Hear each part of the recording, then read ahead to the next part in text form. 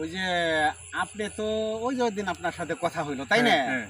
আপনি তো মনে হয় এখানে ওই বেড়াইতে আছেন কোন বাড়িতে জানে? ওই যে ওই বাড়িতে আসছি। ওই যে ওই বাড়িতে বেড়াইতে আসছেন। ও তো ঢাকা থেকে আইছেন এখানে থাকেন কিছুদিন, গ্রাম ভালোই লাগবে, আমরা গ্রামের মানুষ। তো এখন কথা হইলো যে কি খাওয়া দাওয়া হইলো? খাওয়া দাওয়া আর কি, টাউন বাজার তো মাছ মাংস অনবরতই খাই। আচ্ছা আচ্ছা আচ্ছা, এখন আচ্ছা। প্রতি আর তেমন একটা লোভ লালসা আসে না। আচ্ছা, তো একটু ভর্তা হলে খুব ভালো লাগে। আচ্ছা আচ্ছা আচ্ছা গ্রামগঞ্জে ভর্তা টর্তা এগুলো খুব স্বাদ।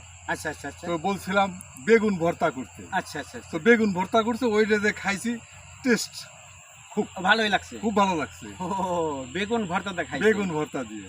ও আমাদের দেশে ওই যে বেগুন যেটা বললেন না, ওইটার আমরা বাগুন বলি আর কি। আচ্ছা আচ্ছা। ও তাইলে ওই যে শুদ্ধ ভাষায় ঢাকা শহরে ওটারে করে বেগুন বলে, বেগুন বেগুন মানে বাগুন থেকে বেগুন। বেগুন।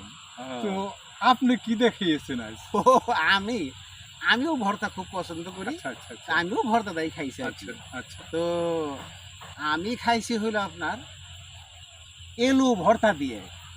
এলু ভর্তা? মানে হইলো ওই যে আপনার বাগুন আপনারা বেগুন বলেন বেগুন শুদ্ধ বলি। ভাষায়। জি জি। তো তাহলে আপনার ওই আলু যেটা, সেটা অবশ্যই শুদ্ধ ভাষায় এলু হবে। এই জন্য এলু ভর্তাতে ভাত খাইছি আর কি।